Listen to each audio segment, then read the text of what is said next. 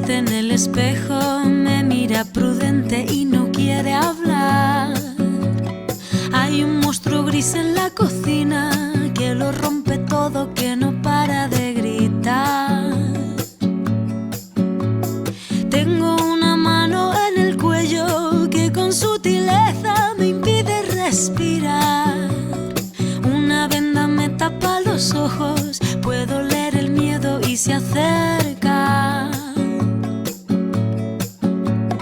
Tengo un nudo en las cuerdas que ensucian mi voz al cantar.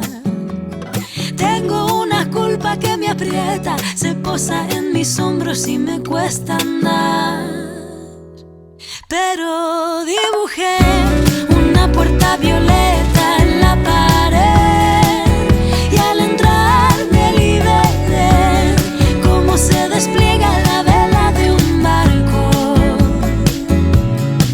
Desperté en un prado verde muy lejos de aquí.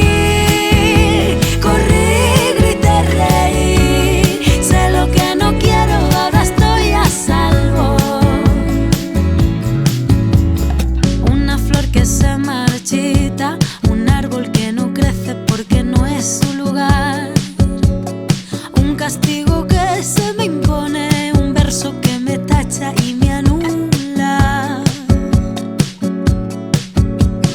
Tengo todo el cuerpo encadenado, las manos agrietadas, mil arrugas en la piel.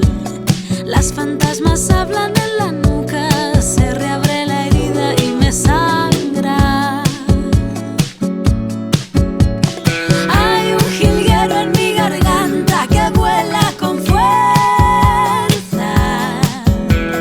Tengo la necesidad de girar la llave y no mirar atrás. Así que dibujé una puerta violeta